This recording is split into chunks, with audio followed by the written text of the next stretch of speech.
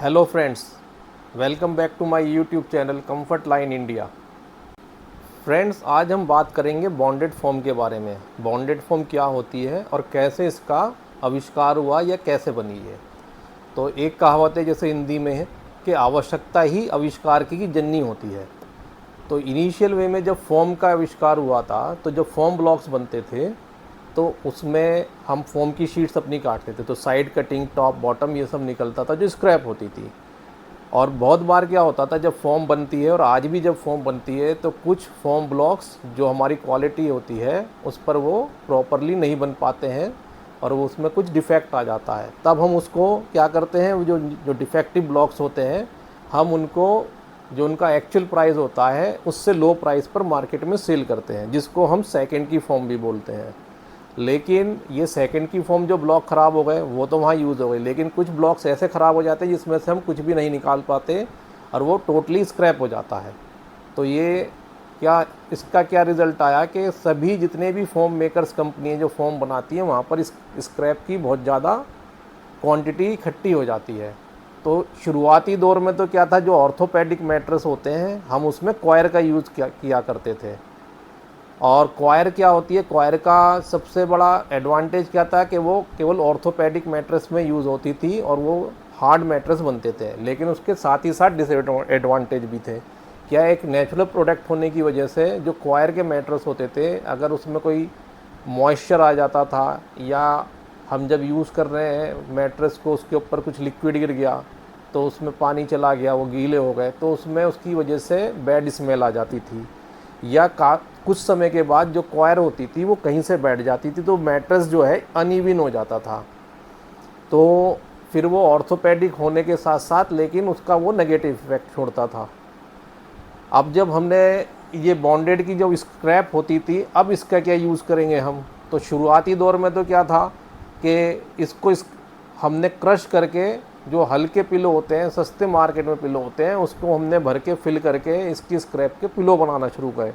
लेकिन पिलोज़ के अंदर उतनी क्वांटिटी में ये स्क्रैप जो होती थी कंज्यूम नहीं हो पाती थी। फिर क्या हुआ कि जो सेकंड की शीटें होती थी उनको किसी के दिमाग में कोई एक विचार आया, उन्होंने पेस्ट करके उनका वापस से ब्लॉक बनाया और उसको कट किया। लेकिन उसमें क्या होता है, शीटों में टेपर आ गया, प्रॉपरली कटिंग नहीं होती थी। फिर इसी तरीके से कि पिलो के अंदर यूज़ कर रहे हैं तो क्यों ना हम इसमें गमिंग करके कुछ करके इसका ब्लॉक बना लें। तो वहाँ से इन्वेंशन हुआ रीबॉन्डेड फोम का।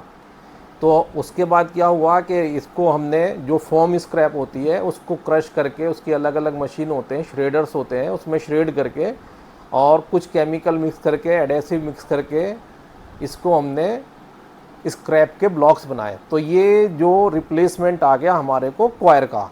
अब ये फोम ही होती है लेकिन ये काफ़ी रिजिड फोम होती है। तो जो क्वायर में प्रॉब्लम थी कि उसमें सैगनेस आ जाती थी, बैठ जाता था, बैड स्मेल आ जाती थी अगर कुछ लिक्विड गिर गया। तो जो क्वायर होती थी वो हमारे कभी कभी फैब्रिक से बाहर आ जाती थी, तो जिसकी वजह से हम अनईज़ी फील होता था या कंफर्टेबल फील नहीं होता था। तो हमको एक ऐसी प्रोडक्ट की ज़रूरत थी जो हार्ड भी हो और साथ में अनकंफर्टेबल फील भी ना करे हमें। तो उसके साथ ही इन्वेंशन हुआ ये रीबॉन्डेड का। तो क्या किया गया, जो फोम थी, स्क्रैप थी, उसको क्रश करके, श्रेड करके उसके छोटे छोटे टुकड़े किए गए और उसको वापस से हमने ब्लॉक फॉर्म में बना दिया गया। तो उसके बाद जो ये रीबॉन्डेड फोम शीट बनी, जिसको हम ऑर्थोपेडिक शीट भी बोलते हैं, ये काफ़ी रिजिड होती है। आप देखेंगे ये बिल्कुल भी प्रेस नहीं होती है जो हार्ड डेंसिटी होती है, क्योंकि ये हार्ड की होती है जो इसमें हम श्रेड करके बनाते हैं और उसको हमें रीबॉन्ड करना होता है केमिकल मिलाकर, स्टीम देकर। तो जब तक हम इसको प्रेस नहीं करेंगे प्रॉपरली तो जब तक ये आपस में रीबॉन्ड नहीं होंगे, ये आपस में मिलेंगे नहीं, चिपकेंगे नहीं, अदरवाइज़ ये थोड़े समय बाद खुल जाएगी। तो इसको प्रेशर देकर काफ़ी प्रेस करके बनाया जाता है। तो ये नॉर्मली जो हम लोग बनाते हैं, हमारी कंपनी बनाती है 55 डेंसिटी से लेकर अप टू 120 डेंसिटी तक हम नॉर्मली बनाते हैं और इस बॉन्डेड को हम 150 तक आराम से बना सकते हैं। तो ये रीबॉन्डेड फोम होती है। अब ये दो तरीके की होती है, एक तो होती है बिल्कुल रिजिड हार्ड, अगर हम इसको मोड़ेंगे या हम थोड़ा भी फोल्ड करना चाहेंगे शीट को तो वो उसमें क्रैकिंग आ जाएगी या उसके जो ये सेल्स होते हैं ये खुलने लगते हैं, ओपन अप होने लगते हैं। एक होती है सॉफ्ट रीबॉन्डेड फॉर्म, इस तरीके की। जब हम इसको मोड़ते हैं या फोल्ड करते हैं तो इसमें नहीं खुलता है। ये केमिकल कंपोजिशन भी होता है और थोड़ी फॉर्म की क्वालिटी के ऊपर भी डिपेंड करता है कि ये मुड़ पाएगी, फोल्ड हो पाएगी या नहीं हो पाएगी। इस तरीके से आविष्कार हुआ, इन्वेंशन हुआ रीबॉन्डेड फॉर्म का।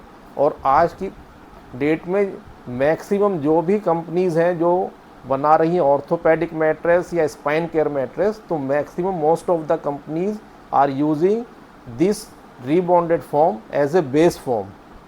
तो आप देख सकते हैं इसको कैसे यूज़ करते हैं। ये रीबॉन्डेड फॉर्म शीट की बेस में शीट आ जाती है, उसके ऊपर फिर डिफरेंट टाइप ऑफ कॉम्बिनेशन होते हैं। आप सॉफ्टी फॉर्म भी लगा सकते हैं, एचआर भी लगा सकते हैं कुशनिंग के लिए, इसके ऊपर मेमोरी भी लगा सकते हैं, मेमोरी फॉर्म, लेटेक्स का भी यूज़ होता है। तो इसके डिफरेंट टाइप्स ऑफ कॉम्बिनेशन है जो रिबॉन्डेड फॉर्म के ऊपर लगाने के बाद इसमें कुशनिंग देने का काम करती हैं ये अलग फॉर्म्स जो होती हैं। तो जो एक्चुअल ऑर्थोपेडिक मैट्रेस तैयार होता है रिबॉन्डेड फॉर्म प्लस उसके ऊपर जो हम टॉप पर softy foam, HR foam, latex, memory लगाकर तैयार करते हैं। आपको इससे अधिक जानकारी कोई रिबॉन्डेड फॉर्म के बारे में या किस प्रकार हम ऑर्थोपेडिक मैट्रेस बना सकते हैं, इससे अधिक जानकारी के लिए आप हमारे कमेंट बॉक्स में हमको क्वेश्चन पुटअप कर सकते हैं या हमारे दिए गए नंबर पर हमसे बात कर सकते हैं, हमको संपर्क कर सकते हैं। धन्यवाद।